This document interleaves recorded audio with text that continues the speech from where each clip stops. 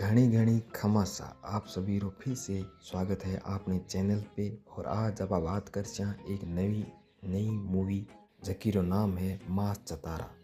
आ film Ravi Teja sir रही है जबकि हाल फिलहाल में नई मूवी है। चलिए फिर बात करते हैं कि फिल्म कैसी है, देखनी भी चाहिए या नहीं। तो फिल्म की बात करा तो फिल्म वाकई देखने लायक है।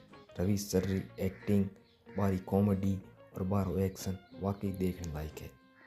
फिल्म की कहानी अच्छी है जिसमें एक रेलवे पुलिस अधिकारी एसआई है जिसकी पोस्टिंग एक छोटे से शहर में हो जाती है। वहाँ कारोबार चल है बी गांजरे कारोबार ने रवि सर कैसे बंद करे है वो वाकई देखने लायक है। और विलन के तौर पर बात करा तो नवीन सर है, बारी भी एक्टिंग वाकई देखने लायक है। और हीरोइन की बात करा तो श्रीलीला है जबकि एक्टिंग वाकई अच्छी है। तो थे एक बार आ मूवी देख सको।